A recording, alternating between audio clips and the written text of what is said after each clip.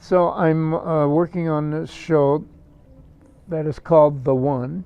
This all started when the creative director of the show came and saw a Bette Midler performance that I worked on in Las Vegas and brought me in. What's interesting about these folks is they do this full-scale production that runs for 2 years in residency, and the day it opens, they start work on the next production 2 years later. I was brought on board roughly 2 years ago, and it's been an interesting project, and it's very exciting to me. Interpretation and the storyboards were just stunning and very ethereal and challenging on all levels. So of course I was attracted to that immediately. What I didn't realize until some time passed was that my hands would be somewhat tied due to budgetary reasons. A lot of the in-house equipment would have to remain. So I had to basically negotiate my way through that. I took a look at the list and at the graphics and at the plans, and okay, what worked best for the show I just saw and what can work for me that I can keep in place. And it was, that in itself was a challenge, but I was allowed to bring in enough new fixtures that I think will cover us. I'd say about 80% of what's hanging in this room or being utilized in the lighting field was already in the room. Well, the platinum bulb was actually in residence, so I was very happy with the fact that they were already here and they were already hanging.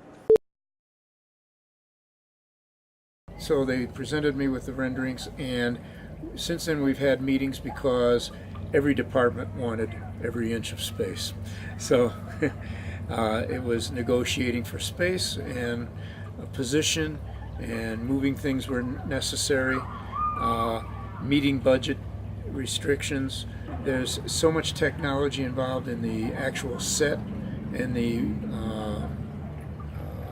automation of the movement of pieces that we're running into weight and rigging requirements that require me to again move lighting positions, and which just moving a lighting position isn't the answer, it means changing equipment therein also. So it's a continual process.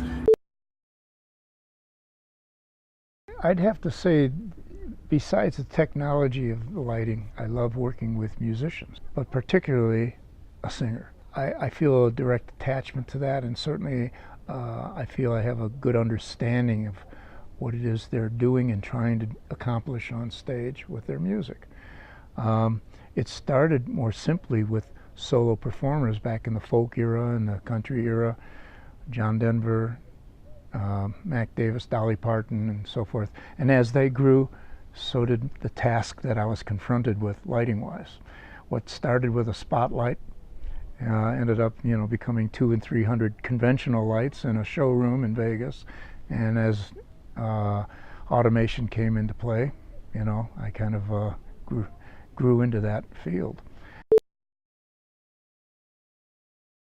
But the real secret is to have, a large production surrounding the artist and still have the artist stand out from the surroundings, but at the same time not so brightly lit that he or she doesn't look quite good.